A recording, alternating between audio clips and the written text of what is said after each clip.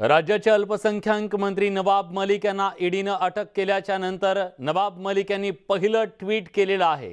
नवाब मलिक ट्विटच्या माध्यमातून काय म्हणतायत आपण जाणून घेऊयात। नवाब मलिक यांनी या आधी ट्विट केलं होतं आणि आता लढेंगे जीतेंगे और सबको एक्सपोज करेंगे असं म्हणत नवाब मलिक यांनी पुन्हा एकदा एल्गार पुकारलेला आहे असं म्हणावं लागेल। किंवा आपला आक्रमकपणा पुन्हा त्यांच्या या ट्वीट मधून दिसतोय। लढेंगे जीतेंगे और सबको एक्सपोज करेंगे असं म्हणत नवाब मलिक यांनी अटकेच्या नंतर त्यांच्या विरोधकांना इशारा दिलेला या ट्वीट मधून दिसतोय।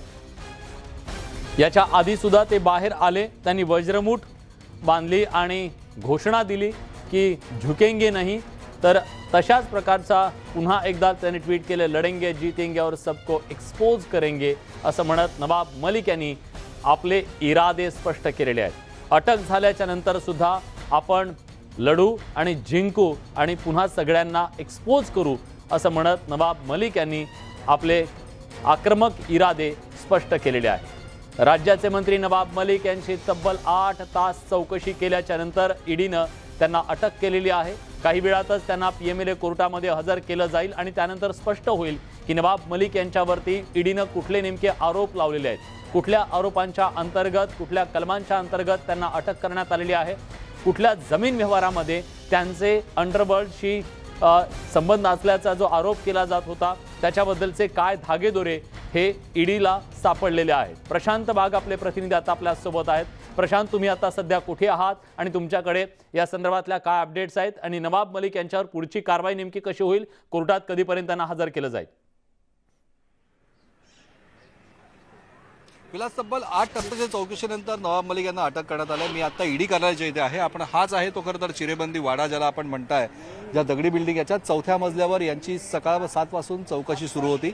तब्बल 8 तास ही चौकशी सुरू होती आणि त्यानंतर आपण बघतोय की CISF आणि बंदोबस्त तितकाच मोठा आहे, प्रत्येक ठिकाणी आहे आणि या ठिकाणचा सगळाच परिसर जो आहे तो निर्मनुष्य केला। या ठिकाणी फक्त सुरक्षा रक्षक आणि कर्मचारी एवढेच दिसत आहे, लोखंडी बॅरिकेड्स लावलेले आलेले आहेत। आता जरी त्यांना मेडिकलसाठी नेण्यात आलं असलं तरी याच ठिकाणी त्यांना पुन्हा एकदा आणण्यात येणार आहे आणि तब्बल 8 तासाच्या चौकशी नंतर त्यांना अटक करण्यात आली। खरं तर चौकशी करत असताना म्हणजे की भेंडी बाजार, नागपाडा, भिवंडी, कुर्ला इथल्या 4 वेगवेगळ्या प्रकरणांमध्ये ही चौकशी झाली। वेगळ्या प्रकारच्या प्रश्नांची सरबत्ती त्यांच्या झाली, जवळपास 70 प्रश्न त्या ठिकाणी होते आपल्याला माहिती समजते। पण या सगळ्या विषयात सगळ्याच प्रश्नांची उत्तर त्यांना देता आली नाही म्हणून त्यांचे सहयोगी म्हणून वकिलांना सुद्धा बोलवण्यात आलं, पण त्यानंतर अवघ्या अर्ध्या तासामध्ये त्यांना ही अटक करण्यात आली। सगळ्यात महत्त्वाच्या 2 गोष्टी मानल्या जातात की ज्यावेळेस पक्के धागेदोरे ईडीच्या ताब्यात नसतात तोपर्यंत ते अटक करू शकत नाही किंवा करत नाही, अशी ही ईडीची कार्यपद्धती असते। आज ज्यावेळेस पहाटे CISFच्या टीमसह ईडीचे 4 अधिकारी त्यांच्याकडे गेले त्याच वेळेस हे संकेत मिळत होते की या प्रकरणाचं गांभीर्य वाढलेलं आहे।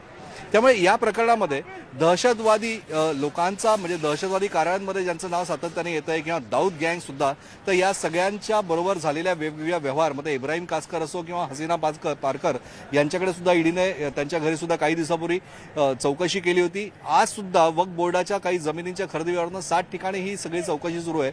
पण या पूर्ण प्रकरणामध्ये हवालाच्या माध्यमातून प्रचंड मोठा पैशाचा विनियोग झाला आहे अशा प्रकारची माहिती समोर आल्यानं या प्रकरणाचं गांभीर्य वाढलंय। नेमके कोणते पुरावे ईडीच्या हाती लागले आहे हे त्यांनी जरी गुप्तता पाळली असली तरी हवालाच्या माध्यमातून जे वेगवेगळ्या प्रकारचे मुद्दे समोर होते, हवाला रॅकेट चालवणारे काही जे PDM होते की त्यांना सुद्धा ताब्यात घेण्यात आलं होतं, ही चौकशी करण्यात आली होती आणि यानंतर या पैशांच्या व्यवहारामध्ये बराच मोठा गडबड आहे हे एकंदरीत स्पष्ट झाल्यानंतर ही कारवाई झाली आहे। मेडिकल झाल्यानंतर त्यांना पुन्हा या ठिकाणी चौकशीला आणू शकतात। त्यांना शक्यतो प्रयत्न आहे की PMLA कोर्टामध्ये विशेष परवानगी घेऊन आजच हजर केलं जाईल, अन्यथा नाही त्यांना उद्या हजर केलं जाईल। पण ज्या पद्धतीने मेडिकलला आत्ता नेली आहे त्यामुळे विशेष चौकशी विशेष परवानगी घेऊन आजच त्यांना कोर्टात हजर केलं जाऊ शकतं आणि याचमुळे ईडी कोठडीची त्यांना मागणी केली जाऊ शकते। येत्या दिवसांमध्ये नवाब मलिक यांच्या अडचणींमध्ये प्रचंड वाढ होण्याची शक्यता नक्कीच मानली जाते, कारण जर का पुरावे हातात नसताना ईडीने अटक केली तर मोठे कडक ताशेरे त्यांच्यावर ओढले जाऊ शकतात। पण पुरावे हातात निश्चित आल्यानंतर जर का अटक केली असेल तर या प्रकरणाचं गांभीर्य अजून वाढत आहे। त्यांचं मंत्रिपद जे आहे त्याचं नेमकं काय होऊ शकतं, खरं नैतिकतेच्या आधारावर ते राजीनामा त्यांना द्यावा लागू शकतो। शरद पवार यांच्याकडे तशा सूचना त्यांना जाऊ शकतात। आणखी मुख्यमंत्री उद्धव ठाकरे यांची भूमिका या सगळ्या विषयात सगळ्यात महत्त्वाची असते, कारण शरद पवार जरी पक्षाचे प्रमुख असले तरी मंत्रिमंडळाचे प्रमुख जे आहेत ते मुख्यमंत्री असतात आणि याचमुळे या तिन्ही गोष्टी महत्त्वाच्या मानल्या जातात। नैतिकते योग्यतेच्या आधारावर आत्ता तरी हे एकच मुद्दा आता स्पष्ट दिसतोय। पण नवाब मलिक यांना ज्यावेळेस मेडिकलसाठी नेण्यात येत होतं त्यावेळेस त्यांनी ज्या प्रकारे त्यांची बॉडी लँग्वेज होती ती उत्साहजनक होती, लढण्याची होती की मी लढायला तयार आहे। एका योद्ध्याच्या आविर्भावामध्ये खरं तर त्यांनी बाहेर पाऊल ठेवलं। सीआयएसएफ प्रशांत, मी तुम्हाला काही क्षणासाठी थांबवतो। आता एक मोठी अपडेट येते। राज्याचे मुख्यमंत्री उद्धव ठाकरे, शरद पवार आणि गृहमंत्र्यांची महत्त्वाची बैठक होणार आहे। एका बाजूला नवाब मलिक यांच्यावर अटकेची कारवाई करण्यात आल्यानंतर संध्याकाळी तिघांची ही बैठक वर्षा निवासस्थानी होणार असल्याचं कळतंय। राज्याचे बडे कॅबिनेट मंत्री नवाब मलिक यांना ईडीनं 8 तासांच्या चौकशीनंतर अटक केल्यावर वर्षा निवासस्थानी राज्यातल्या या 3 दिग्गज नेत्यांची ही बैठक होणार आहे। या बैठकीला राज्याचे मुख्यमंत्री उद्धव ठाकरे, राष्ट्रवादी काँग्रेसचे अध्यक्ष शरद पवार आणि गृहमंत्री दिलीप वळसे पाटील सुद्धा उपस्थित राहणार असल्याचं कळतंय। आणि संध्याकाळी या तिघांच्या बैठकीमध्ये कदाचित नवाब मलिक यांच्यावर झालेल्या कारवाईच्या संदर्भात आणि भाजपकडून जी मागणी करण्यात आलेली आहे राजीनाम्याची त्याच्या संदर्भात काही चर्चा होते का हे पाहणं महत्त्वाचं असेल। पण राज्याच्या राजकारणात खळबळ उडवून देणारी आजची सकाळ उजाडली ती एका ईडीच्या कारवाईच्या बातमीनं। अगदी भल्या सकाळीच या संदर्भातली कारवाई ईडीनं केली आणि ईडीनं नवाब मलिक यांना घरून घेऊन जात त्यांची 8 तास चौकशी केली आणि अखेर त्यांना अटक करण्यात आली। उदय जाधव आपले प्रतिनिधी आता आपल्या सोबत जोडले गेलेले आहेत। उदय, जी माहिती मिळते त्यानुसार वर्षा बंगल्यावरती 3 दिग्गज नेत्यांची बैठक होणार आहे। या बैठकीत नेमकी काय चर्चा होऊ शकते, कारण मंत्र्यांना इकडे अटक झाली आहे?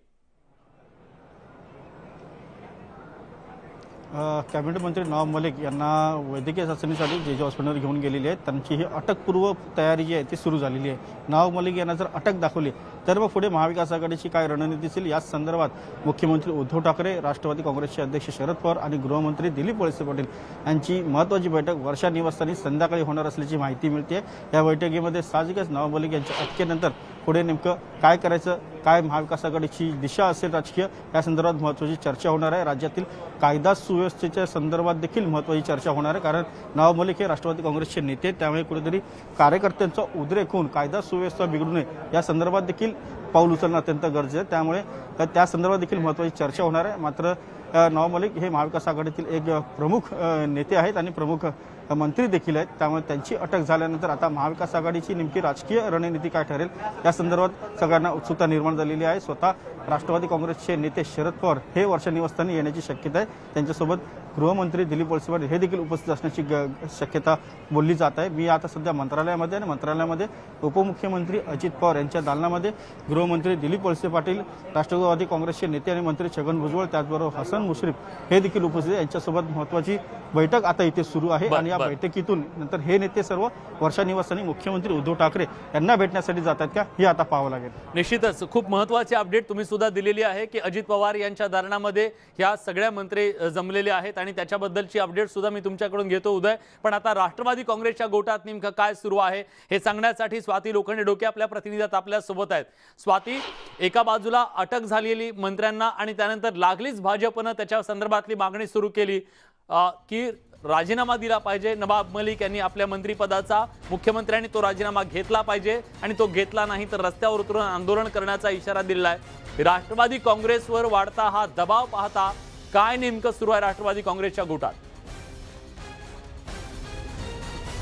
काही तांत्रिक कारणामुळे स्वातीपर्यंत माझा आवाज पोहोचत नाहीये, पण आता बघतोय की प्रचंड अशा राजकीय घडामोडींना वेग आलेला आहे। बैठकांचं सत्र सुरू आहे आणि राज्याच्या राजकारणातली ही सगळ्यात मोठी घडामोड म्हणावी लागेल, कारण राष्ट्रवादी काँग्रेसचे दिग्गज नेते, कॅबिनेट मंत्री, अल्पसंख्याक मंत्री नवाब मलिक यांना ईडीनं 8 तासांच्या चौकशीच्या नंतर त्यांच्यावर अटकेची कारवाई केलेली आहे। त्यांना थोड्याच वेळात PMLA कोर्टामध्ये हजर केलं जाणार असल्याचं सुद्धा कळतंय। त्यामुळे या कोर्टामध्ये हजर केल्याच्या नंतर ही झालेली कारवाई, त्यांच्यावरचे आरोप, त्यांच्यावर लावलेली कलम आणि या सगळ्या त्यांचा रोल या संपूर्ण घोटाळ्यामधला किंवा त्यांच्यावर लावण्यात आलेल्या आरोपांमधला ही बाब समोर येईल।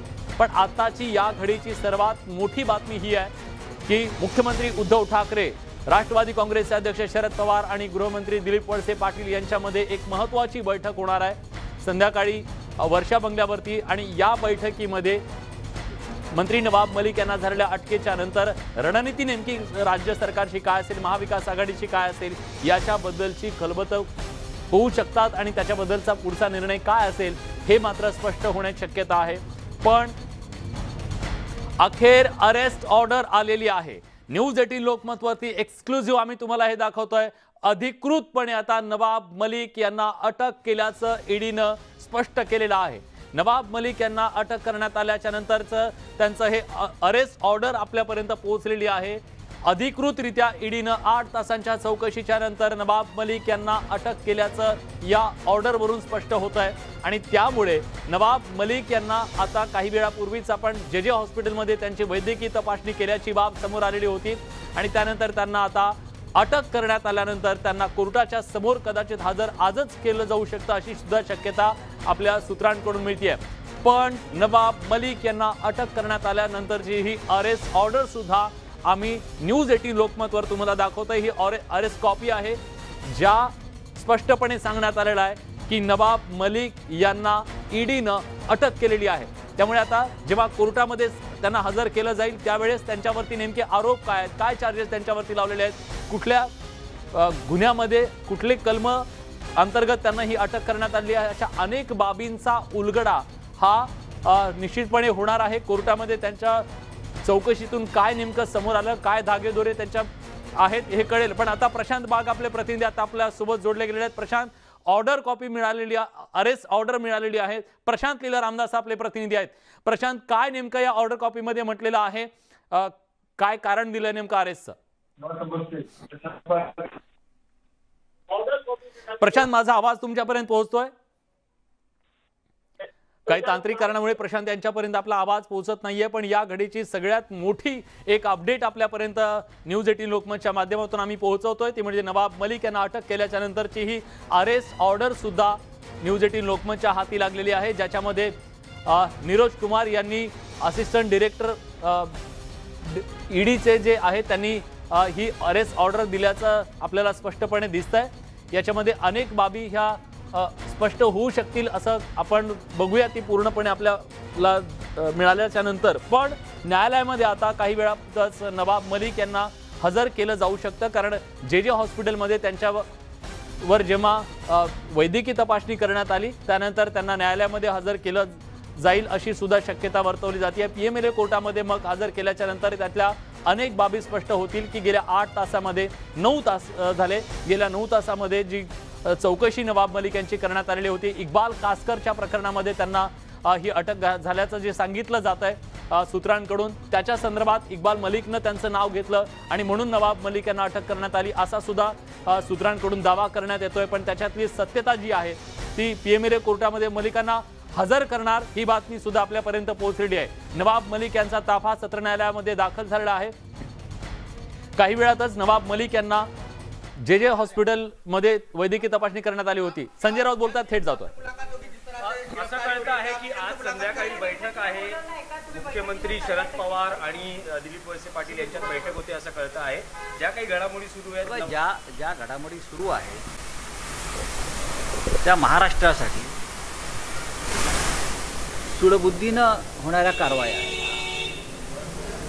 त्याच्यामुळे जर एखाद्या कॅबिनेट मंत्र्यावर अशा प्रकारे अनपेक्षितपणे केंद्रीय तपास यंत्रणांनी सूडबुद्धीने कारवाई केली असेल तर त्या संदर्भात संपूर्ण कॅबिनेट, मुख्यमंत्री, गृहमंत्री, माननीय शरद पवार हे एकत्र भेटणार असतील तर त्यात चुकीचं काय? आप मुलाकात कर रहे हैं, आप जा रहे सीएम? मैं देख लूँगा। पहले कैबिनेट और ये सब मंत्रिमंडल है, उनकी मुलाकात होने दो एक दूसरे के साथ, फिर मैं देख। विरोधी पक्ष मागणी करतो आहे नवाब मलिकांच्या राजीनामा। विरोधी पक्ष मागणी करू द्या। असं आहे की विरोधी पक्षाने मागणी केली आहे, पण शेवटी निर्णय जो आहे हा सरकारचे प्रमुख म्हणून जे आहे तेच घेणार, काय करायचं है काय नहीं। आशीष शेलार जी ने बड़ा स्टेटमेंट दिया, उनका कहना है कि आज नवाब जो है वो बेनकाब हो गया।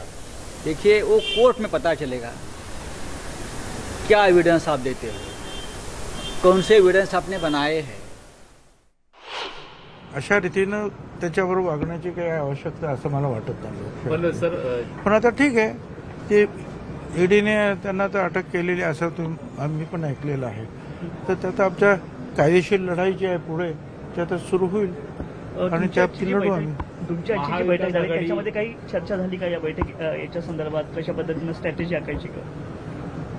नाही, एक तर आहे की आम्ही ते काय झालं तर ते काय असं म्हणजे तिथून जी चर्चा आमची होती की 22 वर्षापूर्वी कुठची तरी ती जमीन जी आहे 22 वर्षापूर्वी कुठच्या कंपनीने घेतली आणि तिच्यावरून काहीतरी झालं तर काय ते कल्पना नाही कुठली जमीन काय अजून तर काही कळलेलं नाही आहे.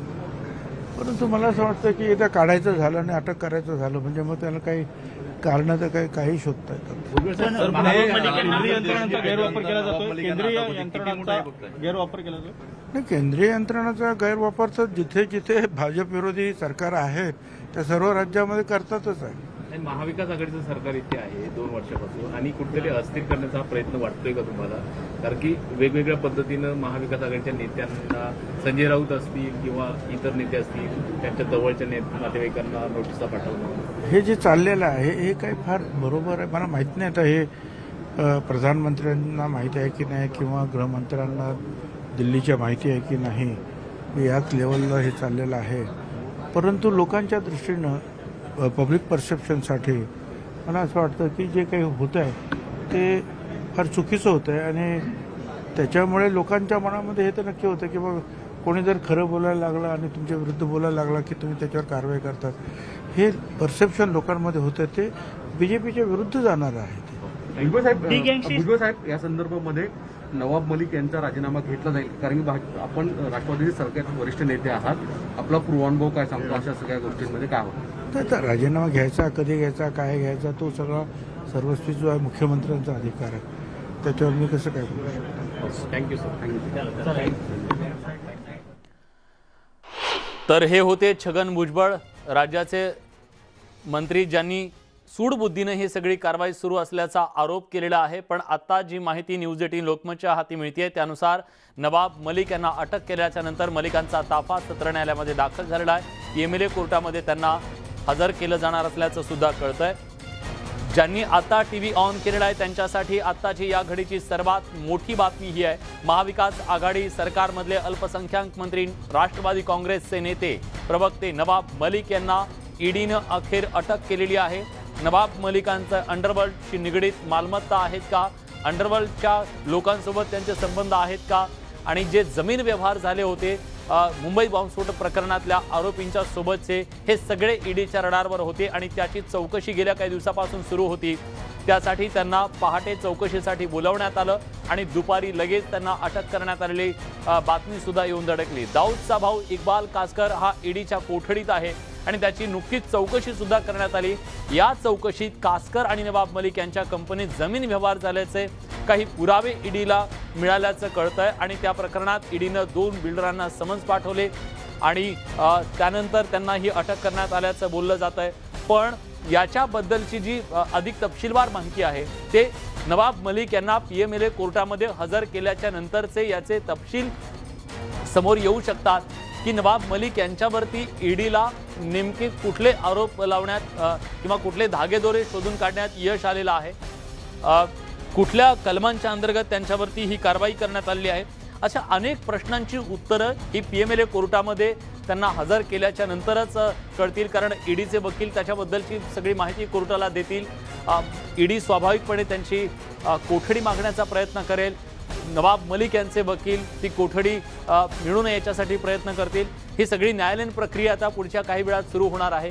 पण राज्याचे राष्ट्रवादी काँग्रेसचे दिग्गज नेते नवाब मलिक हे आता कोर्टात दाखल झालेले आहेत. या घडीची सगळ्यात मोठी बातमी, थोड्याच वेळात याच्याबद्दलचा युक्तिवाद हा PMLA कोर्टामध्ये सुरू होईल आणि नवाब मलिक यांना नेमक्या कुठल्या प्रकरणात, कुठल्या गुन्ह्याच्या अंतर्गत, कुठल्या कलमाच्या अंतर्गत त्यांच्यावर ही अटकेची कारवाई करण्यात आलेली आहे, काय त्यांच्याबद्दलचे पुरावे ईडीकडे आहेत आणि कुठल्या पुराव्यांच्या आधारे त्यांना ही अटक करण्यात आलेली आहे, या सगळ्या बाबींचा उलगडा कदाचित पुढच्या काही वेळातच होण्याची शक्यता आहे. कारण नवाब मलिक यांना PMLA कोर्टामध्ये आता हजर केलं जाणार आहे. थोड्याच वेळात युक्तिवादाला सुद्धा सुरुवात होईल.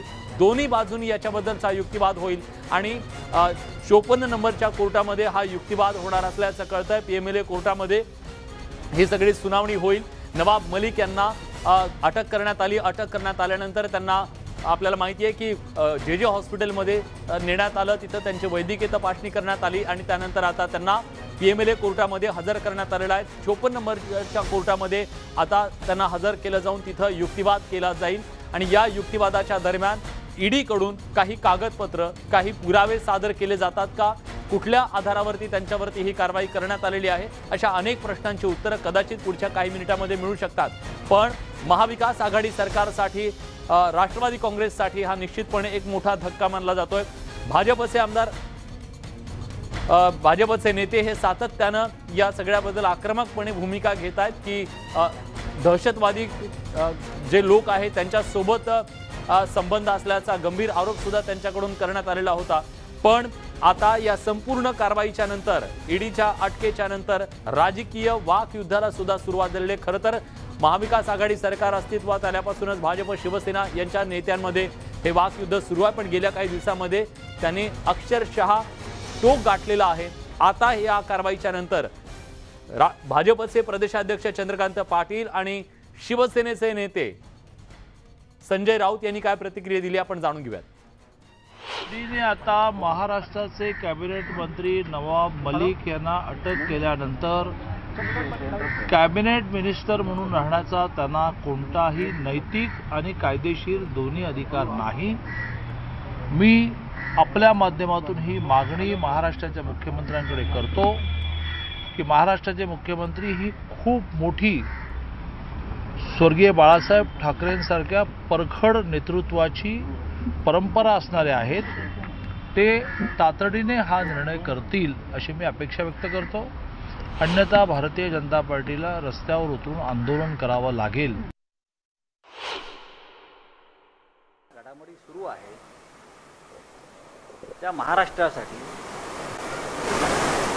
सूडबुद्धीनं होणाऱ्या कारवाया आहेत। त्याच्यामुळे जर एखाद्या कॅबिनेट मंत्र्यावर अशा प्रकारे अनपेक्षितपणे केंद्रीय तपास यंत्रणांनी सूडबुद्धीने कारवाई केली असेल तर त्या संदर्भात संपूर्ण कॅबिनेट, मुख्यमंत्री, गृहमंत्री, माननीय शरद पवार हे एकत्र भेटणार असतील तर त्यात चुकीचं काय? आप मुलाकात कर रहे हैं, आप जा रहे सीएम? मैं देख लूँगा। पहले कैबिनेट और ये सब मंत्रिमंडल है, उनकी मुलाकात होने दो एक दूसरे के साथ, फिर मैं देख। विरोधी पक्ष मागणी करतो आहे नवाब मलिकांच्या राजीनामा। विरोधी पक्ष मागणी करतो, करू द्या। असं आहे की विरोधी पक्षाने मागणी केली, पण शेवटी निर्णय जो आहे हा सरकारचे प्रमुख म्हणून जे आहे तेच घेणार, काय करायचं आहे काय नाही। तर आताची या घडीची सगळ्यात महत्त्वाची बातमी ही आहे की अधिकृतपणे आता नवाब मलिक यांना अटक करण्यात आल्याची अरेस्ट ऑर्डर सुद्धा आपल्यापर्यंत पोहोचलेली आहे। हे अरेस्ट ऑर्डर आपण स्क्रीनवरती बघू शकता। या अरेस्ट ऑर्डरमध्ये स्पष्टपणे हे म्हणण्यात आलेलं आहे की PMLA अंतर्गत त्यांच्यावर ही कारवाई करण्यात आलेली आहे। आणखीन एक महत्त्वाची गोष्ट, जेव्हा ही अटक दाखवलेली आहे, अटक 2:45 ही अटक दाखवण्यात आलेली आहे। PMLA प्रकरणामध्ये ही अटक करण्यात आलेली आहे आणि PMLAच्या सेक्शन 19च्या अंतर्गत ही अटक करण्यात आलेली आहे। बघा, अरेस्ट ऑर्डर स्क्रीनवर आहे। या अरेस्ट ऑर्डरमध्ये सांगण्यात आलेलं आहे PMLAच्या सेक्शन 19च्या अंतर्गत ही कारवाई करण्यात आलेली आहे। त्याचबरोबर मनी लॉन्ड्रिंगच्या या संपूर्ण प्रकरणामध्ये ही कारवाई करण्यात आल्याचं सांगण्यात आलेलं आहे। त्याच्यामध्ये section 19 of prevention of money laundering act 2002 असा उल्लेख करण्यात आलेला आहे। त्यामुळे नवाब मलिक यांच्या जमीन व्यवहाराच्या प्रकरणातली ही कारवाई, मनी लॉन्ड्रिंग प्रकरणातली ही कारवाई अखेर त्यांना करण्यात आली आहे आणि बचाव पक्षाचे वकील सुद्धा कोर्टामध्ये दाखल झालेले आहेत। आता नवाब मलिक यांना अटक केल्याच्या नंतर स्वाभाविकपणे राज्यातले राष्ट्रवादी काँग्रेसचे दिग्गज नेते असलेले नवाब मलिक, राज्याचे मंत्री असलेले नवाब मलिक यांना जेव्हा ईडी अटक करते तेव्हा ठोस पुरावे त्यांच्याकडे असणं अतिशय गरजेचं आहे। न्यायालयामध्ये त्यांना ते सादर करावे लागतील। नवाब मलिक यांना अटक करण्यासाठीचे सबळ पुरावे PMLA कोर्टाच्या समोर ईडीला द्यावे लागतील। अनिल सिंग हे या संदर्भातला आपला जी बाजू आहे ईडीची ती मांडणार असल्याचं सुद्धा कळत आहे आणि PMLA कोर्टामध्ये आता काही वेळातच या संपूर्ण सुनावणीला सुरुवात होणार असल्याचंही कळत आहे। नवाब मलिक यांचा ताफा काही वेळापूर्वी तिथं पोहोचलेला आहे। ईडीचे अधिकारी त्यांना घेऊन तिथं पोहोचलेले आहेत। त्यामुळे PMLA कोर्टामध्ये आता ईडी कडून नेमके कुठले पुरावे त्यांच्या हाती लागले, चौकशीतून नेमकं काय समोर आलं, इक्बाल कासकरनं काय माहिती दिली आणि वेगवेगळ्या त्यांच्या ट्रान्झॅक्शनच्या संदर्भात, कारण आता हे मनी लॉन्ड्रिंगचं प्रकरण आहे, मनी लॉन्ड्रिंगच्या या सगळ्या प्रकरणामध्ये काय धागेदोरे ईडीच्या हाती लागले हे सुद्धा त्यांना कोर्टाच्या समोर सांगावं लागेल। अटक करण्यासाठीचे सबळ पुरावे त्यांच्याकडे नेमके काय आहेत हे सुद्धा आता ईडीला कोर्टाच्या समोर सांगावं लागणार आहे। कोर्ट अनेक प्रश्न विचारू शकतात, नवाब मलिक यांच्या वकिलांकडून सुद्धा अनेक प्रश्न उपस्थित केले जाऊ शकतात आणि कशा प्रकारे ही कारवाई त्यांच्यावरती अटकेची करण्यात आलेली आहे, ती कारवाई बेकायदेशीर आहे अशा प्रकारचा हा दावे प्रतिदावे केले जाऊ शकतात।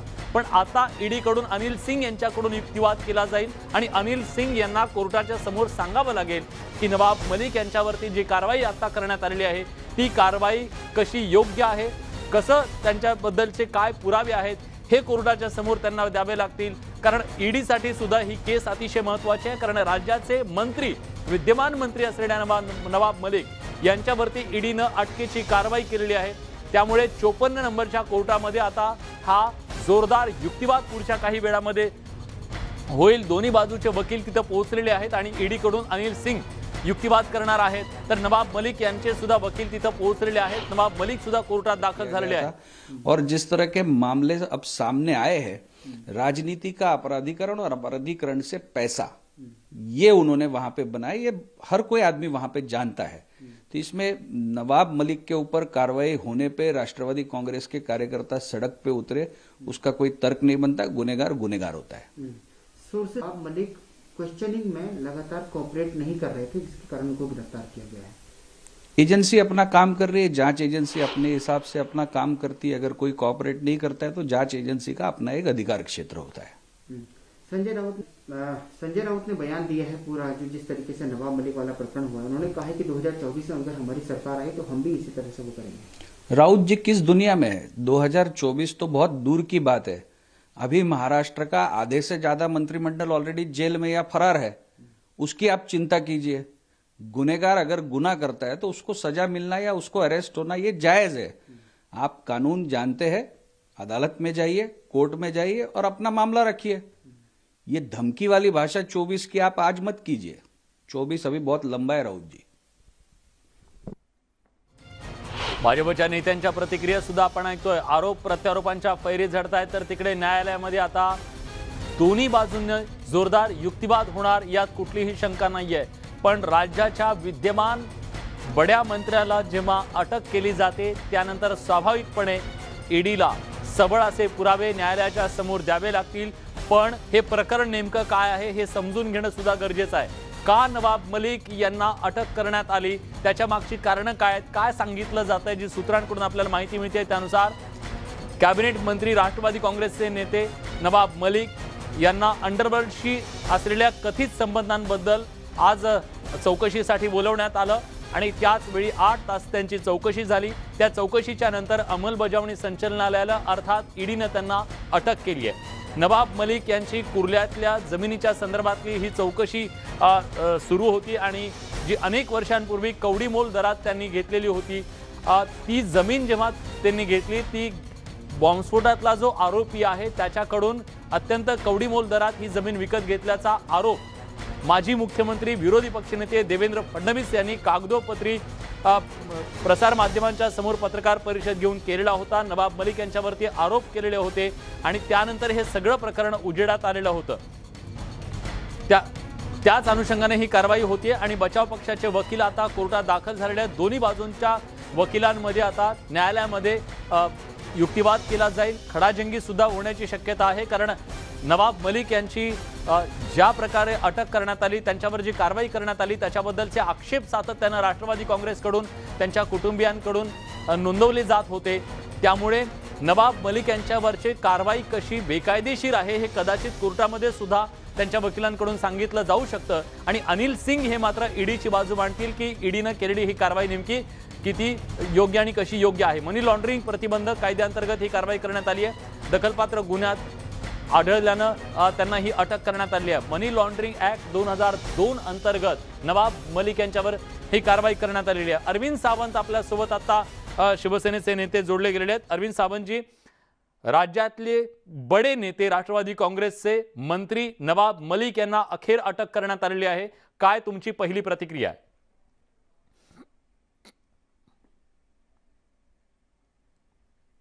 अरविंद सावंतजी, माझा आवाज तुमच्यापर्यंत पोहोचतोय?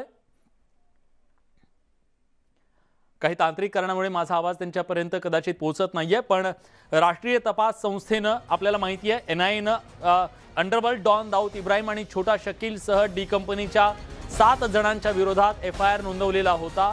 हे लोक भारतात होत असलेल्या दहशतवादी कारवायांमध्ये सामील असल्याचा दावा या तपास संस्थेनं केलेला होता. पाकिस्तानमधल्या दहशतवादी संघटना जैश ए मोहम्मद, जमात उद दावा आणि अल कायदा यासारख्या दहशतवादी संघटनांशी त्यांचे संबंध आहेत.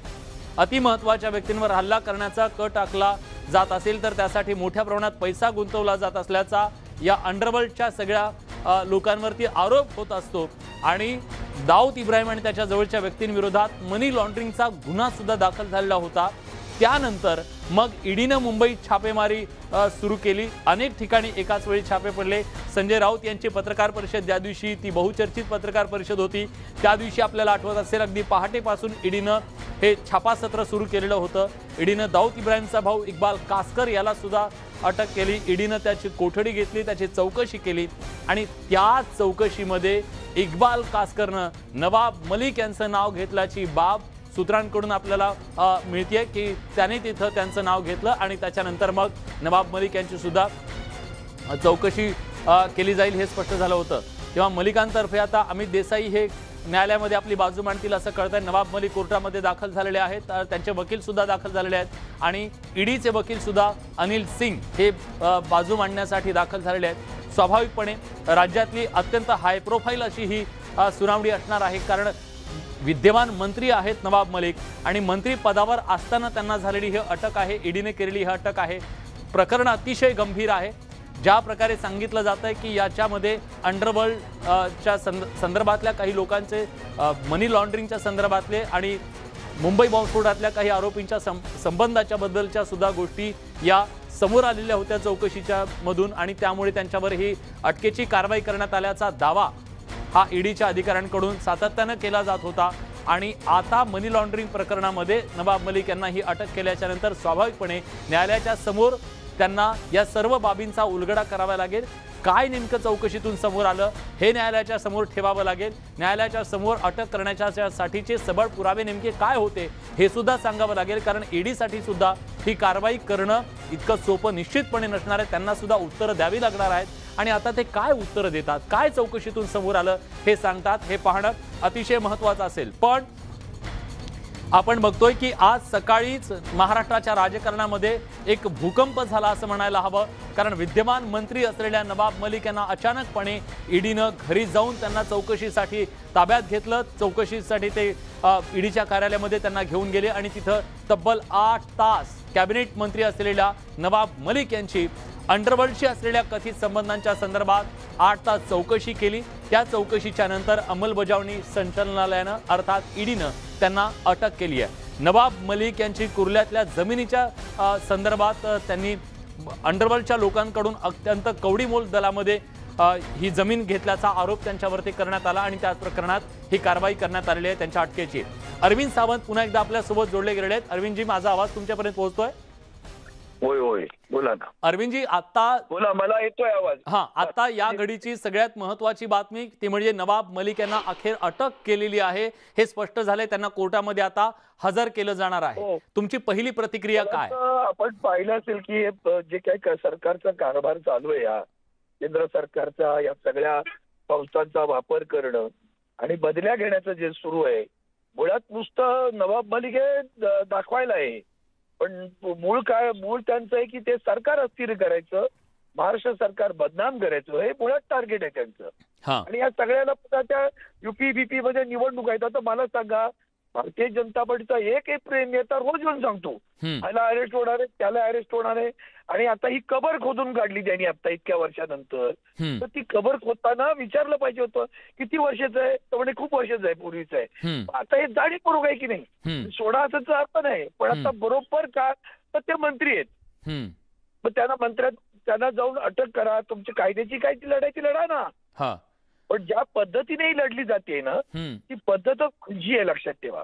बर, पण अरविंदजी याच्याबद्दलची उत्तर त्यांना न्यायालयात द्यावी लागतील ना. पद्धत आहे, नवाब मलिकांनी समीर वानखेडेचं वस्त्रहरण केलं, ईडीच्या कार्याचं वस्त्रहरण केलं करतात आणि म्हणून हा बदला घेण्याचा कार्यक्रम सुरू आहे आता. पण समजा तो बदल्याचा तुम्ही म्हणताय त्याप्रमाणे राजकीय बदला जर असेल, पण त्याची उत्तरं त्यांना न्यायालयात द्यावी लागणार आहेत.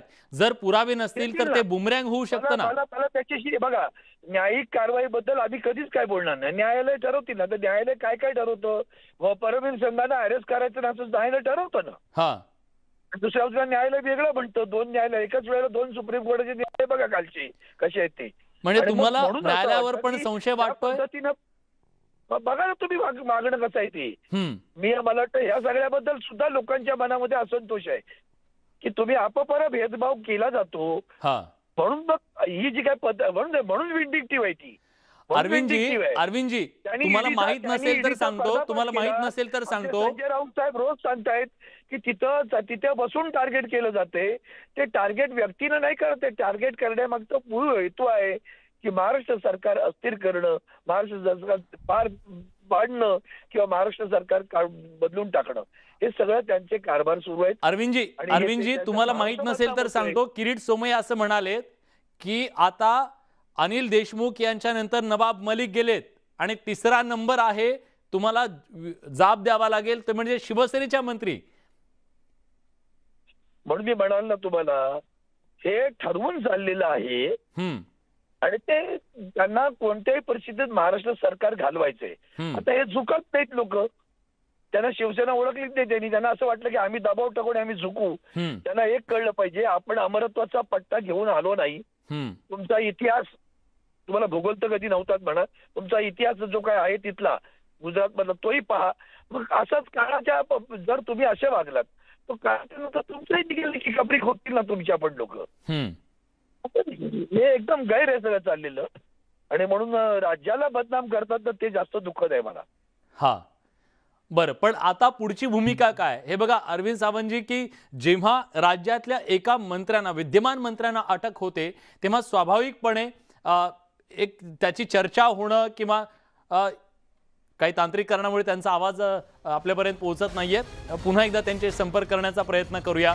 पण आताची या घडीची सगळ्यात महत्त्वाची मोठी बातमी, नवाब मलिक यांना ईडीकडून अखेर अटक करण्यात आलेली आहे. न्यायालयामध्ये PMLA कोर्टामध्ये त्यांना हजर केलं जाणार आहे. 54 नंबरच्या कोर्टामध्ये हा युक्तिवाद दोन्ही बाजूंनी केला जाईल आणि ईडीकडून नेमके काय दावे केले जातात हे पाहणं महत्त्वाचं असेल. ईडीकडून ACG अनिल सिंग युक्तिवाद करणार आहेत. अनिल सिंग हे कोर्ट रूम नंबर 54 मध्ये पोहोचलेले आहेत. ईडीचे वकील आणि ॲडव्होकेट अमित देसाई हे मलिकांची बाजू मांडणार आहेत. ईडीकडून ACG अनिल सिंग हे युक्तिवाद करण्यासाठी न्यायालयात पोहोचल्याचं सुद्धा आता आपल्यापर्यंत पोहोचतंय आणि युक्तिवादाला सुरुवात होईल पुढच्या काही वेळामध्ये आणि युक्तिवाद सुरू झाल्याच्या नंतर हे स्पष्ट होईल की नवाब मलिक यांच्यावरती नेमके आरोप कुठले आहेत. मनी लॉन्ड्रिंग प्रकरणात त्यांना अटक करण्यात आल्याचं आता अरेस्ट कॉपीवरून स्पष्ट झालं. सेक्शन कुठलं लावलेलं आहे त्यांना ते सुद्धा स्पष्ट झालं. पण मुद्दा हा आहे की जेव्हा राज्यातल्या एका मंत्र्याला जेव्हा अटक केली जाते, ईडीकडून अटक होते, तेव्हा त्याच्याबद्दलचे सबळ पुरावे त्यांच्याकडे आहेत का. आणि सुष्मिता भदाणे पाटील कोर्टामधून आता आपल्या सोबत आहेत. सुष्मिता, आता नेमकं काय सुरू आहे, काय अपडेट आहेत या क्षणाचे? खरं तर नवाब मलिक यांना पोलिसांनी मेडिकल टेस्ट नंतर 54 नंबरच्या कोर्टामध्ये आणण्याची आता प्रोसेस जी आहे ती सुरू झाली आहे. काहीच वेळात ते 54 नंबरच्या कोर्टामध्ये कोर्टात हजर झाले आहे.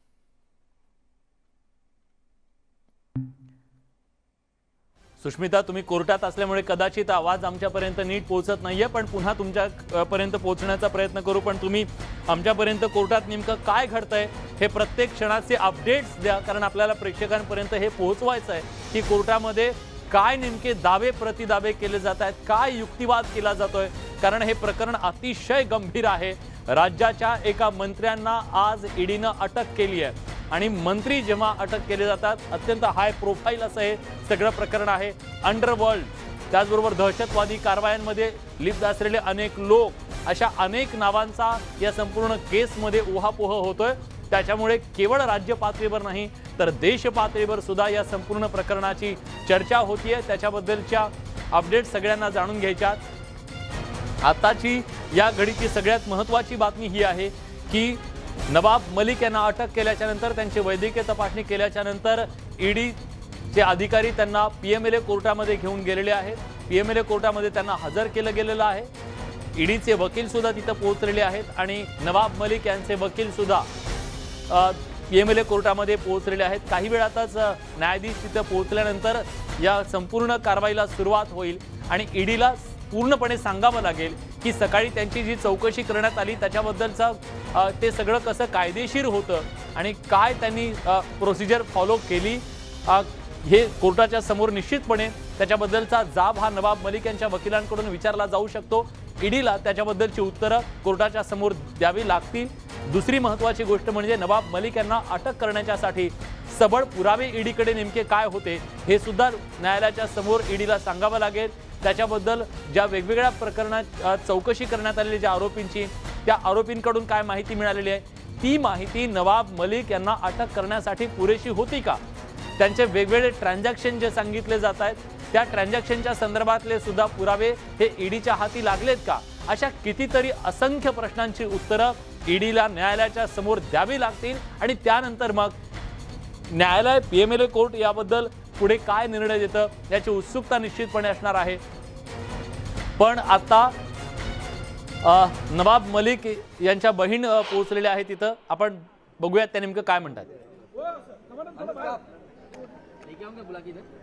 नगरसेविका असलेल्या नवाब मलिक यांच्या बहिणी ह्या आता तिथं पोहोचलेल्या आहेत आणि बघूया आपले प्रतिनिधी त्यांच्याकडून काही प्रतिक्रिया जाणून घेण्याचा प्रयत्न करतायत का. पण आता हे दृश्य आपल्यापर्यंत पोहोचत आहेत. ही ताजी दृश्य आहेत, थेट दृश्य आहेत. सकाळी सुद्धा नवाब मलिक यांना भल्या पहाटे खरं तर त्यांच्याकडे ईडीचे अधिकारी आले असा आरोप त्यांच्या कुटुंबियांकडून करण्यात आलेला होता आणि त्यानंतर त्यांचे कुटुंबीय सुद्धा राष्ट्रवादी काँग्रेसच्या अनेक नेत्यांची भेट घेत होते आणि न्यायालयाच्या बाहेर आता नवाब मलिक यांच्या बहीण आलेल्या होत्या.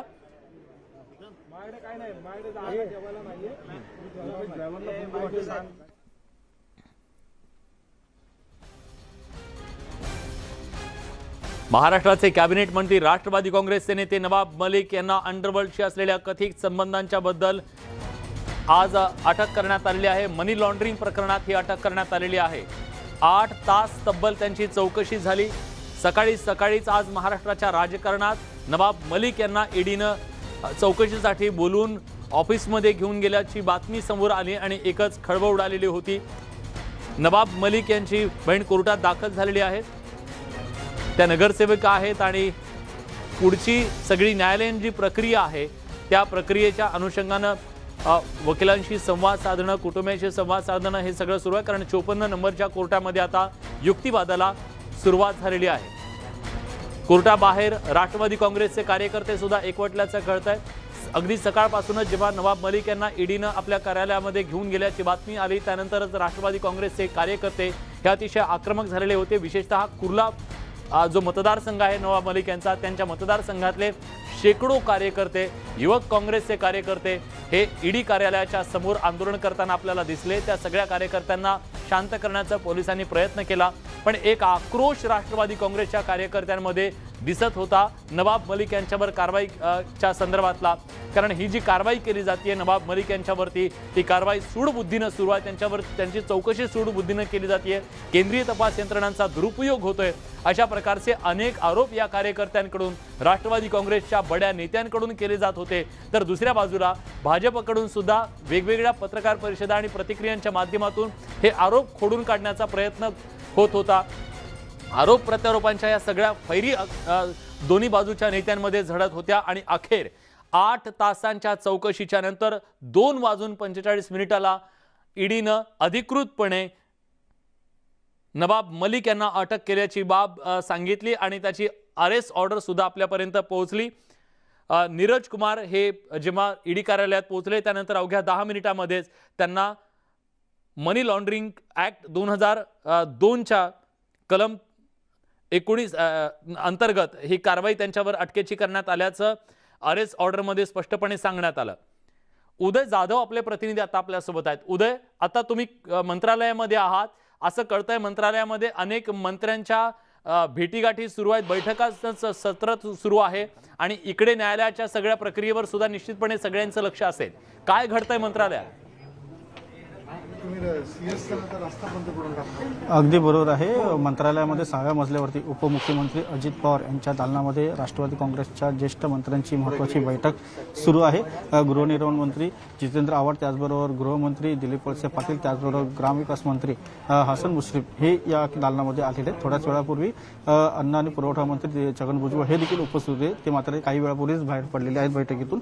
आता इथे महत्त्वाची बैठक सुरू आहे आणि या बैठकीमध्ये नेमकी राष्ट्रवादी काँग्रेसची पुढची रणनीती काय असेल हे आता या बैठकीमध्ये ठरवलं जाईल आणि त्यानंतर मुख्यमंत्री उद्धव ठाकरे यांना वर्षा निवासस्थानी भेटण्यासाठी राष्ट्रवादी काँग्रेसचे ज्येष्ठ नेते देखील जाणार आहेत. राष्ट्रवादी काँग्रेसचे नेते शरद पवार हे देखील पोहोचण्याची शक्यता व्यक्त केली जात आहे. उपमुख्यमंत्री अजित पवार आणि गृहमंत्री दिलीप वळसे पाटील हे मुख्यमंत्री उद्धव ठाकरे यांना भेटण्यासाठी वर्षा निवासस्थानी जाणार असल्याची माहिती मिळते आहे. मात्र ही बैठक अद्याप सुरू आहे. ही बैठक संपल्यानंतरच वर्षा निवासस्थानी राष्ट्रवादी काँग्रेसचे नेते पोहोचणार आहेत. राष्ट्रवादी काँग्रेसचे नेते आणि कॅबिनेट मंत्री नवाब मलिक यांना ईडीकडनं अटक दाखवण्यात आलेली आहे. या अटकेनंतर साहजिकच महाविकास आघाडीमध्ये देखील मोठ्या प्रमाणात घडामोडी ज्या आहेत, बैठकांचं सत्र जे आहे ते सुरू झालेले आहे. आता महाविकास आघाडीची पुढची राजकीय रणनीती काय असणार याकडे आता सर्वांचं लक्ष लागलेलं आहे. जर एखादे मंत्री किंवा आमदार किंवा लोकप्रतिनिधी यांना जर कुठे अटक दाखवली असेल तर त्या अटक झाल्यानंतर पुढील 48 तासांच्या आतमध्ये त्या लोकप्रतिनिधींना आणि मंत्र्यांना राजीनामा द्यावा लागतो. तशी प्रक्रिया राष्ट्रवादी काँग्रेसमध्ये होणार का हे आता पाहावं लागेल. निश्चितच उदय, त्याच्या संदर्भातले अपडेट जाणून घेण्यासाठी आम्ही तुमच्याकडे येऊ. पण आताची जी ही सगळी प्रक्रिया चालू आहे, न्यायालयातून त्यांना कोठडी मिळते की त्यांना जामीन मिळतो याच्याबद्दल आता कुठलंही वक्तव्य आपण करू शकत नाही. पण या सगळ्या न्यायालयीन प्रक्रियेवर सुद्धा मंत्र्यांचं लक्ष असेल, महाविकास आघाडी सरकारचं लक्ष असेल.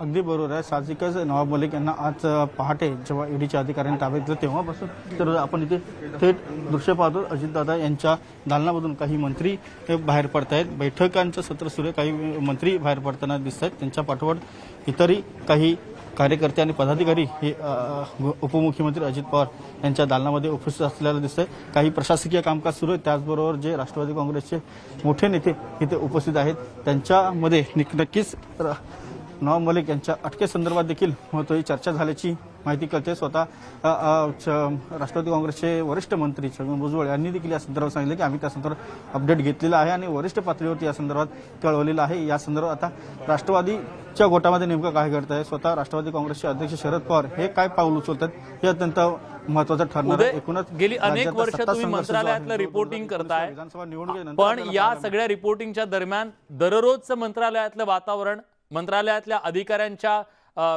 हालचाली, त्यांचे हावभाव, त्यांचे रिॲक्शन आणि आज नवाब मलिक यांना अटक केल्यानंतरचं वातावरण मंत्रालयातलं नेमकं कसं आहे? आपण थेट बघतो की अजितदादा यांच्यासोबत बैठक घेऊन स्वतः गृहनिर्माण मंत्री जितेंद्र आव्हाड हे बाहेर पडलेले. आपण सर एक प्रतिक्रिया थोडक्यात. गृहनिर्माण मंत्री जितेंद्र आव्हाड यांनी कुठलीही प्रतिक्रिया दिलेली नाही आहे. ते सांगतात की आम्ही आता बोलणार नाही, मात्र त्यांनी कुठलीही प्रतिक्रिया दिली नाही. मात्र एक बॉडी लँग्वेज आपल्याला समजू शकते की राष्ट्रवादीच्या गोटामध्ये एक गंभीर वातावरण जे आहे ते निर्माण झालेलं आहे. स्वाभाविक मंत्री आणि राष्ट्रवादीचे नेते अजित पवार. उदय, निश्चितपणे तुम्ही म्हणताय त्याप्रमाणे विद्यमान मंत्र्यांना जेव्हा इतक्या गंभीर आरोपामध्ये अटक होते तेव्हा त्याची सायकोलॉजिकल जी प्रतिक्रिया आहे ती सुद्धा आपल्याला उमटताना दिसते. आपण प्रशांत बाग यांच्याकडे जाऊया. प्रशांत, तुम्ही ईडी कार्यालयाच्या बाहेर आहात. ईडी कार्यालयाच्या बाहेर नेमकं काय सुरू आहे? कारण आता अटक केली जाणार याची सगळ्यांना एक शंका होती, पण आता ते प्रत्यक्ष उतरलेलं आहे, अटक झालेली आहे. त्यामुळे सकाळी जी आक्रमक भूमिका राष्ट्रवादी काँग्रेसच्या कार्यकर्त्यांची होती, आता नेमकी ईडीच्या कार्यालयाच्या बाहेर राष्ट्रवादी काँग्रेसच्या कार्यकर्त्यांची काय भावना आहे? विलास, नवाब मलिक प्रकरणामध्ये खऱ्या अर्थानं जर का बघितलं तर केंद्रबिंदू राहिलंय तर हेच ते ईडीचं कार्यालय. याच ठिकाणी त्यांची सलग 8 तास चौकशी झाली. आणखी यानंतर या ठिकाणी मोठा बंदोबस्त सकाळपासूनच तैनात करण्यात आला. ज्यावेळेस सीआयएसएफच्या अधिकाऱ्यांसोबत, सीआयएसएफच्या जवानांसोबत ईडीचे 4 अधिकारी त्यांना इथे घेऊन आले, त्यावेळेस पोलीस दलाचा एकही कर्मचारी या ठिकाणी नव्हता. पण त्यानंतर 20 मिनिटांमध्ये मुंबई पोलिसांच्या अनेक वेगळ्या तुकड्या इथे दाखल व्हायला सुरुवात झाली. आणि जसजसं चौकशीचे तास वाढायला लागले, फेऱ्या वाढायला लागल्या, त्यानंतर मुंबई पोलिसांनी हा पूर्ण परिसर निर्मनुष्य केला.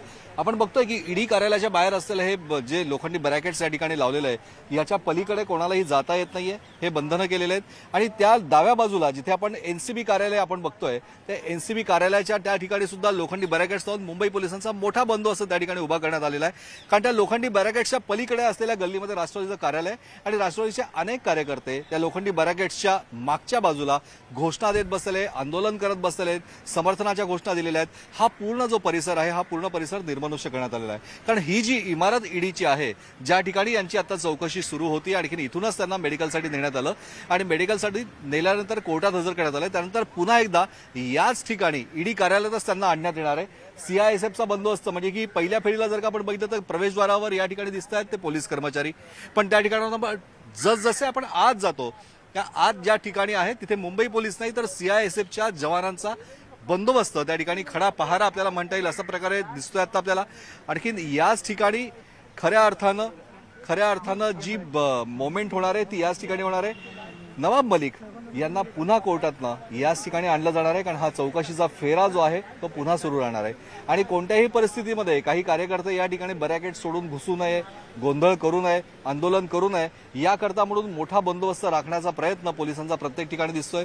दंगा नियंत्रण पथक असो किंवा विशेष कुमक असो किंवा शीघ्र कृती दल, पोलिसांचे तीनही दल या ठिकाणी आहे। ॲडिशनल सीपी दिलीप सावंत स्वतः या पूर्ण व्यवस्थेवर लक्ष ठेवून आहे। डीसीपी हरिविजय यांची सुद्धा या ठिकाणी कुमक दाखल झालेली आहे। आणि हेच महत्वाचं आहे की प्रत्येक ठिकाणी सीआयएसएफचे वरिष्ठ कमांडंट म्हणजे आता आपण बघितलं तर सीआयएसएफचे कमांडो जे आहेत या रस्त्यांवर प्रत्येक ठिकाणी जे आहेत प्रत्येक ठिकाणी फेऱ्या मारतायत। या परिसराच्या चारही बाजूला जर आपल्याला कोणी दिसत असेल तर फक्त सुरक्षा रक्षक आणि लोखंडी बॅरिकेड। निश्चितच मी येतो प्रशांत, येतो तुमच्याकडे। खूप महत्त्वाची माहिती तुम्ही सांगताय, पण आता आपण जातोय सिल्वर ओकला, कारण स्वाभाविक आहे राष्ट्रवादी काँग्रेसच्या विद्यमान मंत्र्यांवरती जेव्हा अटकेची कारवाई झालेली आहे, राष्ट्रवादी काँग्रेसमध्ये त्याची चिंता असणं, त्याच्याबद्दलचं राग असणं किंवा वेगवेगळ्या भावना निश्चितपणे आज उमटताना आपल्याला दिसल्या। पण सिल्वर वोकवरून आज ठरणार आहे नवाब मलिक यांचं पुढे काय होणार आहे, कारण भाजपनं दबाव वाढवायला सुरुवात केलेले इशारा दिलाय, राजीनामा घ्या नाहीतर आम्ही रस्त्यावर उतरू। सिल्वर वोकवर काय घडामोडी घडतायत स्वाती? खरं तर काही वेळातच राष्ट्रवादीचे अध्यक्ष शरद पवार इथून बाहेर पडतील आणि त्यानंतर वर्षावर मुख्यमंत्री आणि त्यांच्यामध्ये बैठक होणार आहे। बैठकीचा मुद्दा तो एकमेव जो आज सकाळपासून आहे तो म्हणजे नवाब मलिक यांची झालेली अटक। विशेषतः आपण जर बघितलं की नवाब मलिकांच्या त्यांना ईडीच्या कार्यालयात सकाळपासूनच थांबून ठेवलं होतं। 8 तासांची चौकशी केली, त्यानंतर असिस्टंट डायरेक्टर तिथे पोहोचले आणि पुढच्या 10 मिनिटातच त्यांना अटक दाखवण्यात आली।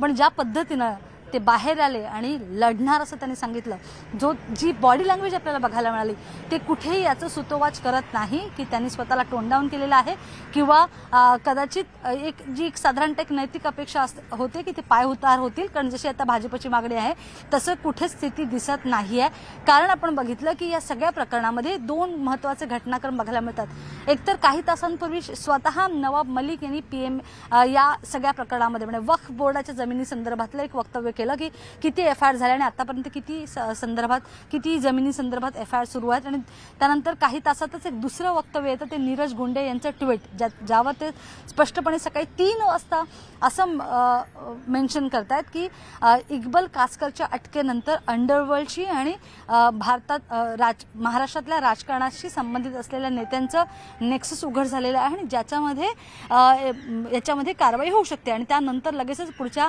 1.5 तासात ही कारवाई होते आणि त्यानंतरची सगळे घटनाक्रम किंवा सगळा घटनाक्रम आपल्या डोळ्यासमोर आहेच की कशा पद्धतीनं एक 3च्या सुमारास 2:45च्या सुमारास अटक दाखवण्यात आली नवाब मलिक यांना। त्यानंतर त्यांना आता कोर्टात प्रोड्यूस केलं जाईल आणि रिमांड कुठल्या गोष्टींवर मागितले जाते हे महत्त्वाचं आहे। कारण PMLA 2002च्या सेक्शन 19 अंतर्गत हा एफआयआर दाखल करण्यात आलेला आहे, अटक दाखवण्यात आलेली आहे। पण रिमांड मागताना कोणत्या गोष्टी दाखवल्या जात आहेत हे महत्त्वाचं आहे, कोणत्या गोष्टी नमूद केल्या जातात। कारण साधारणतः हे सगळं प्रकरण जे आहे या प्रकरणामध्ये खूप कमी किमतीमध्ये ही जमीन विकत घेतली गेली असं साधारणतः आरोप आहे। पण नेमकं त्याची आकडेवारी काय आहे किंवा कुठल्या प्रकारचे गोष्टी ज्या त्या कोर्टासमोर मांडून रिमांड मागितली जाते ईडीकडनं हे बघणं महत्त्वाचं आहे। पण त्या दरम्यान ही जी बैठक आहे शरद पवार आणि उद्धव ठाकरे त्यांच्या या बैठकीमध्ये या बैठकीच्या बद्दलचे अपडेट्स आम्ही तुमच्याकडून घेत राहू। तुर्तास धन्यवाद तुम्ही दिलेल्या सगळ्या सविस्तर माहितीबद्दल। ही मोठी राजकीय घडामोड आहे। पण आता आपल्याला कोर्टाच्या बाहेर तुषार उपनवर यांच्याकडे जायचं आहे। सेशन कोर्टाच्या बाहेर तुषार आहेत। तुषार, कोर्टातले काय अपडेट्स आहेत? कदाचित युक्तिवादाला सुरुवात झाली असेल आणि ईडी कडून नेमका काय युक्तिवाद केला जातोय? विलास, अद्यापही युक्तिवादाला सुरुवात झालेली नाहीये। सुरुवातीला नवाब मलिक आपल्या कुटुंबातल्या काही सदस्यांसोबत आणि वकिलांसोबत आपल्याला चर्चा करताना पाहायला मिळतात। पीएमएलए कोर्टाच्या पहिल्या मजल्यावरती नवाब मलिकांना काही वेळापूर्वी भेटायला आलेली त्यांची बहीण आणि नवाब मलिकांची वडील जी वकील आहेत त्यांच्यामध्ये युक्तिवाद सुरू आहे। तर दुसरीकडे ईडीच्या अधिकाऱ्यांकडून या ठिकाणी कोर्टामध्ये कशा प्रकारे बाजू मांडल्या जाईल या संदर्भातली चर्चा सुरू आहे। कारण की नवाब मलिकांवरती ज्या ठिकाणी पीएमएलए ऍक्ट अंतर्गत जो या ठिकाणी कारवाई करण्यात आलेली आहे, तर त्यासाठी आज ईडी या ठिकाणी स्पेशल कोर्टामध्ये नवाब मलिकांसाठी काही या ठिकाणी रिमांडसाठी या ठिकाणी 1 ते 2 आठवड्यांची या ठिकाणी रिमांड मागू शकते। मात्र त्याला नेमका नवाब मलिकांच्या वकिलांकडून कशा प्रकारे युक्तिवाद केला जाईल आपल्याला थोड्याच वेळात पाहणं महत्त्वाचं ठरणार आहे। मात्र आता कोर्ट परिसरामध्ये या ठिकाणी घडामोडींना सुरुवात झालेली आहे आणि काही वेळातच कोर्टाच्या कामकाजाला सुरुवात होईल।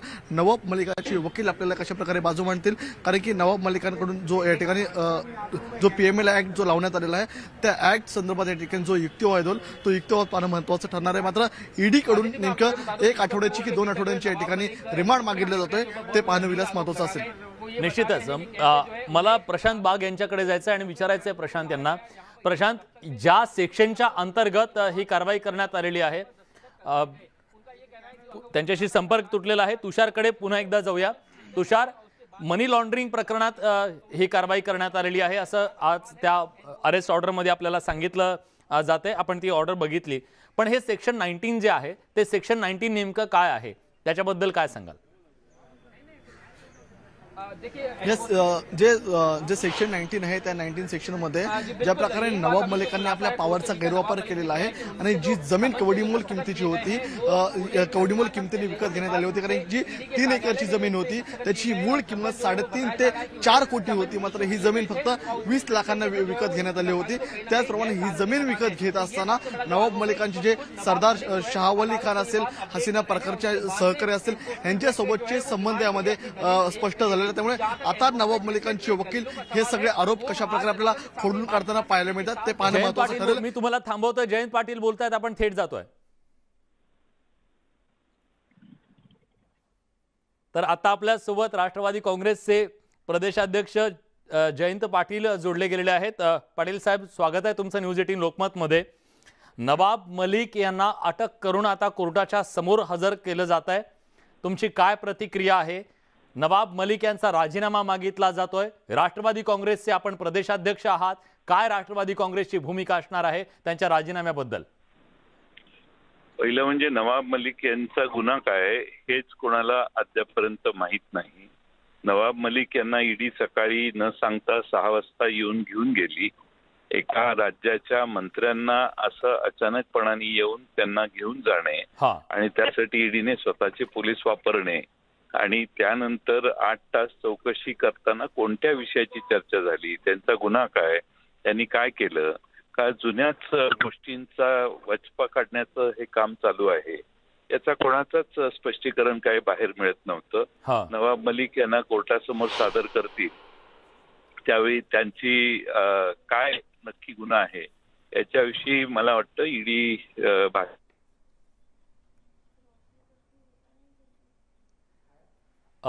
सर, तुमचा आवाज येत नाहीये, माझा आवाज तुमच्यापर्यंत पोहोचतोय?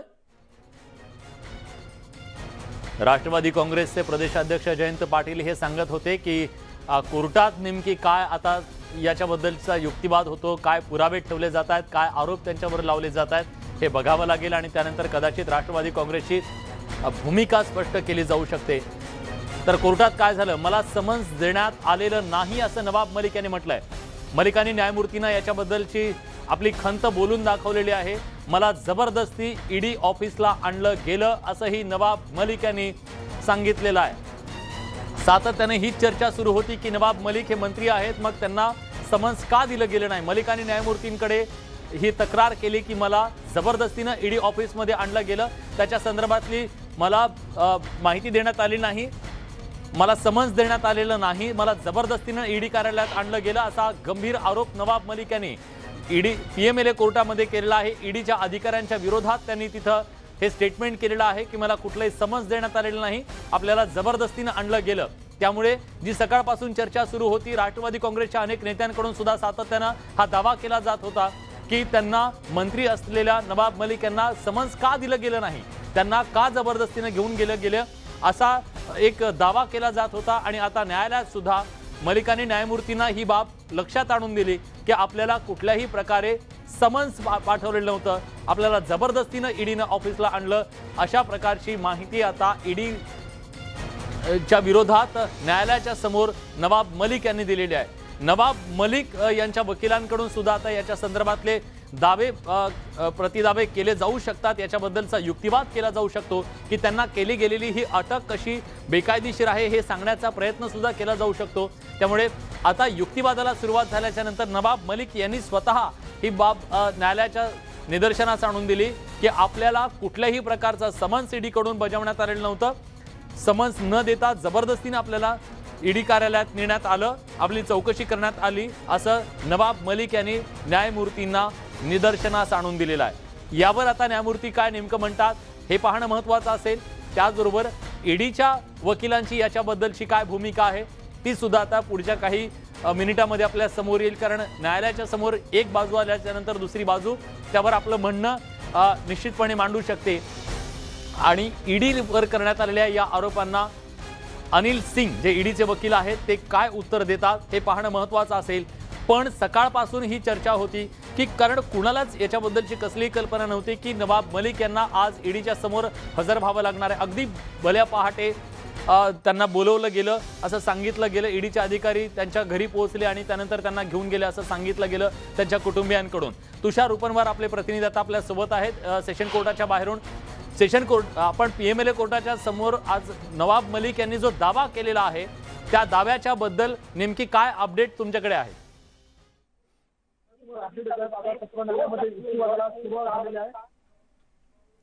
तुषार, तुमचा आवाज आमच्यापर्यंत नीट पोहोचत नाहीये, पुन्हा तुमच्याकडे येण्याचा प्रयत्न करूया। पण आता न्यायालयामध्ये दोन्ही बाजूंनी युक्तिवाद सुरू झालेला आहे आणि या नवाब मलिक यांना अटक करण्यात आल्याच्या नंतर नवाब मलिकांच्या वकिलांकडून त्यांच्यावर करण्यात आलेली कारवाई ही कशी बेकायदेशीर आहे याच्याबद्दलचे दावे केले जात आहेत। त्यांना समन्स बजावण्यात आलेलं नव्हतं असं सुद्धा सांगण्यात आलेलं आहे। तुषार उपनवर आपले प्रतिनिधी पुन्हा जोडले गेलेले आहेत। तुषार, काय नेमके दावे प्रतिदावे केले जात आहेत, काय अपडेट्स आहेत?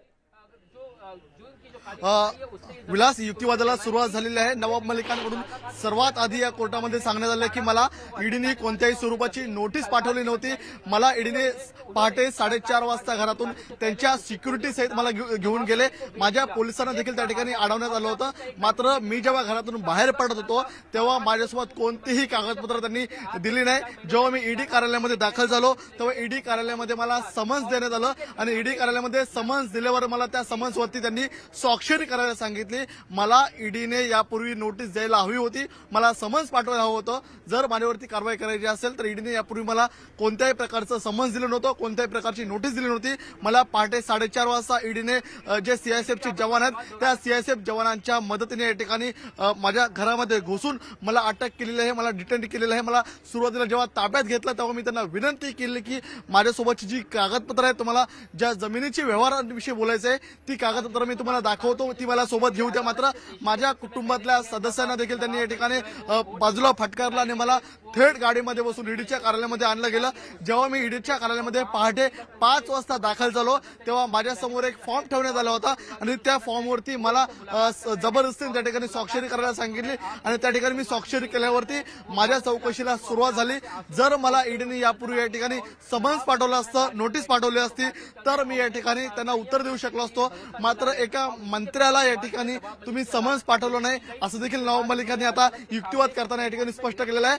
अजून ईडीचा युक्तिवाद बाकी आहे। सुरुवातीला नवाब मलिकांच्या वकिलांकडून युक्तिवाद सुरू झालेला आहे। विलास, बरं तुषार, नेमकं आता कोर्टात काय काय होईल? म्हणजे नवाब मलिक यांच्या वतीने देसाई वकील आहेत आणि ते नवाब मलिक यांची बाजू मांडतील, पण नवाब मलिक यांना ताब्यात घेण्याकरता किंवा त्यांना अटक करण्याकरता ईडीच्या वतीने अशी काय ठोस कारणं देण्यात येऊ शकतात किंवा देण्यात आलेत आतापर्यंत? सुरुवातीला आपल्याला पाहावं लागेल की ईडीने जेव्हा मंत्री नवाब मलिक यांच्यावरती कारवाई केली, नवाब मलिक यांच्यावरती कारवाई करत असताना ईडीने नवाब मलिकांना कोणत्याही स्वरूपाची सुरुवातीला समन्स पाठवलं नव्हतं किंवा नोटीस पाठवले नव्हते. जेव्हा ईडीला या संदर्भातली कोणतीही कारवाई करायला लागते तेव्हा ईडी या संदर्भातलं समन्स पाठवत असतं. मंत्री नवाब मलिकांच्या वतीने जो युक्तिवाद करण्यात आलेला आहे त्यामध्ये स्पष्ट म्हटलेलं आहे की पहाटे 4:30 वाजता या ठिकाणी ईडीच्या अधिकाऱ्यांसोबत सीआयएसएफचे जवान आले. त्या सीआयएसएफच्या जवानांनी मुंबई पोलिसांना स्पष्टपणे बाजूला केलं. त्यांना आम्हाला चौकशीसाठी नवाब मलिकांना घ्यायचं असं सांगितलं आणि त्यांना गाडीमध्ये बसवण्यात आलं. जेव्हा नवाब मलिकांना गाडीमध्ये बसवण्यात आलं तेव्हा नवाब मलिकाच्या कुटुंबातील कोणत्याही सदस्यांना त्यांच्यासोबत येऊ दिलं नाही. नवाब मलिकांनी त्यांना विनंती केली की माझ्यासोबतचे जे काही कागदपत्र आहेत ते मला तुमच्यासोबत घेऊ द्या. मात्र त्यांना आणण्यास विरोध केला. नवाब मलिक जेव्हा पहाटे 5 वाजता ईडीच्या कार्यालयामध्ये पोहोचले तेव्हा नवाब मलिक त्या ठिकाणी पोहोचताच त्यांच्यासमोर एक कागद ठेवण्यात आला होता. तो ईडीचा समन्स पेपर होता आणि त्या ठिकाणी नवाब मलिकांना स्वाक्षरी करायला सांगितली आणि तिथूनच नवाब मलिकांच्या चौकशीला सुरुवात झाली. जेव्हा नवाब मलिकांच्या चौकशीला पहाटे 5 वाजता सुरुवात झाली तिथून जवळपास 8 तासांच्या चौकशीनंतर नवाब मलिकांना अटक असल्याचं नीरज कुमार जे या ठिकाणी ईडीचे डायरेक्टर आहेत त्यांनी या ठिकाणी प्रेस नोटच्या माध्यमातून जाहीर केलेलं आहे. आता या कोर्टामध्ये जो पीएमएलए ऍक्ट नवाब मलिकांवरती लागू करण्यात आलेला आहे त्या अंतर्गत त्या ठिकाणी ईडीकडून नवाब मलिकांच्या रिमांड आम्हाला हवाय. तो रिमांड 1 ते 2 आठवड्यांचा हवाय. या संदर्भातल्या ईडीच्या अधिकाऱ्यांकडून मागणी केली जाईल. त्या मागणीला नवाब मलिकांचे जे वकील आहेत ते आपल्याला युक्तिवाद करताना पाहायला मिळतील. नवाब मलिकांवरती कशा प्रकारे अन्याय झाला, नवाब मलिकांनी या ठिकाणी अटक करू नये, नवाब मलिक मंत्री आहेत, या प्रकारचा युक्तिवादाचे प्रमुख मुद्दे हे नवाब मलिकांच्या वकिलांकडून या ठिकाणी मांडले जातील. नवाब मलिकांच्या नातेवाईकांकडून जो व्यवहार करण्यात आला होता, कारण की यापूर्वी आपण जर पाहिलं असेल तर नवाब मलिकांव्यतिरिक्त इक्बाल कासकर यांना देखील ईडीने अटक केलेली आहे. गेल्या 7 दिवसांपासून ते ईडीच्या ताब्यामध्ये आहेत. त्यामुळे नवाब मलिकांकडून अनेक जर इनपुट्स बाहेर काढायचे असेल तर ईडीला या संदर्भामध्ये नवाब मलिकांचा रिमांड अवश्य लागणार आहे. बरोबर आहे, पण साधारणपणे तुषार या सगळ्यात ईडीला जो रिमांड दिला जातो आतापर्यंत यापूर्वीच्या आपण जर का 2-3 केसेस पाहिल्या तर एकदम 15-20 दिवसाचा रिमांड कधीच मिळत नाही. साधारण 7 ते 8 दिवसाचा जास्तीत जास्त रिमांड हा मिळत असतो. त्याच्यापेक्षा जास्त रिमांड हा ईडीला कोणत्याही व्यक्तीचा दिला जात नाही. पाहूयात काय कोर्टात होतं. तू राहच आपल्यासोबत, कारण सुनावणी सुरू आहे आणि सुनावणीतल्या प्रत्येक अपडेट तुझ्याकडनं तुझ्या मार्फत आपण महाराष्ट्रातल्या आपल्या सगळ्या प्रेक्षकांपर्यंत पोहोचवतो आहोत. पण चंद्रकांत फुंदे आपल्यासोबत जोडले गेलेत, आपले प्रतिनिधी पुण्यात.